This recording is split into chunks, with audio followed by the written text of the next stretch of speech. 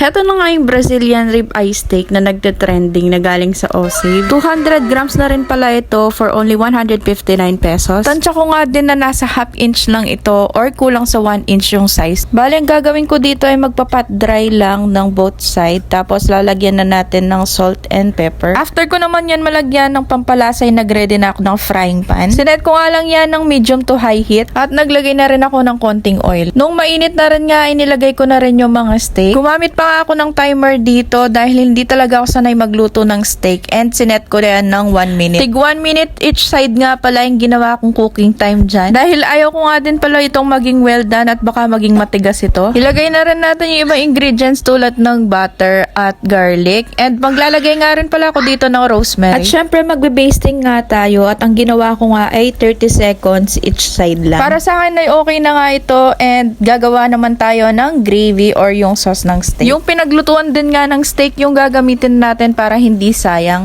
Bali, nag-ready lang ako dito ng water, harina, tapos naglagay na rin ako ng toyo.